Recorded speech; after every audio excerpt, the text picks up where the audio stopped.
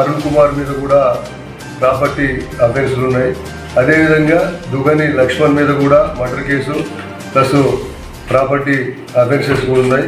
కేటావత్ అరుణ్ మీద కూడా motor cycle offender ఇతను తలకొండపల్లి పోలీస్ స్టేషన్లో ఇతని మీద కూడా కేసులు ఉన్నాయి.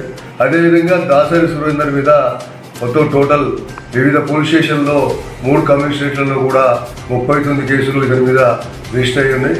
ఏదైతే ప్రాపర్టీ అఫెన్సెస్ మర్డర్ కేసెస్ కూడా రిజిస్టర్ అయ్యి ఉన్నాయి.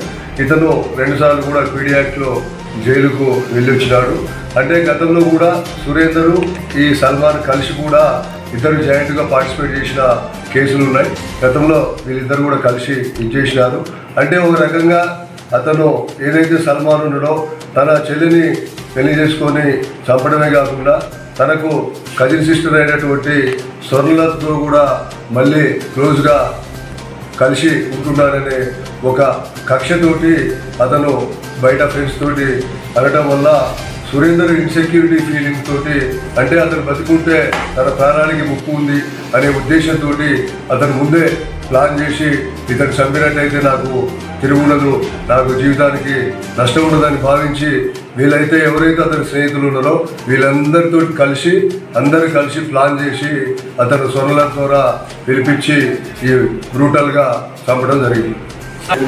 ఆదేశాల మేరకు స్పెషల్ టీమ్స్ని ఫామ్ చేసి దీన్ని అత్యంత తొందరగా యాక్టివిటీలు కూడా పట్టుకోవడం జరిగింది.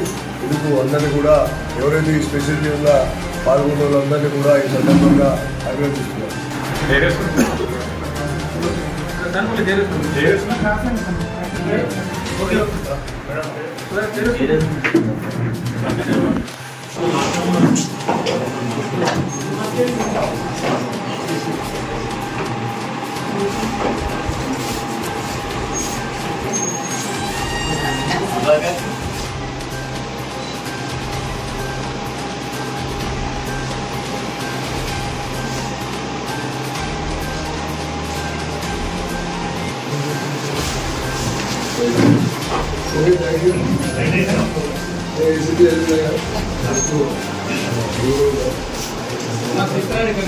Okay.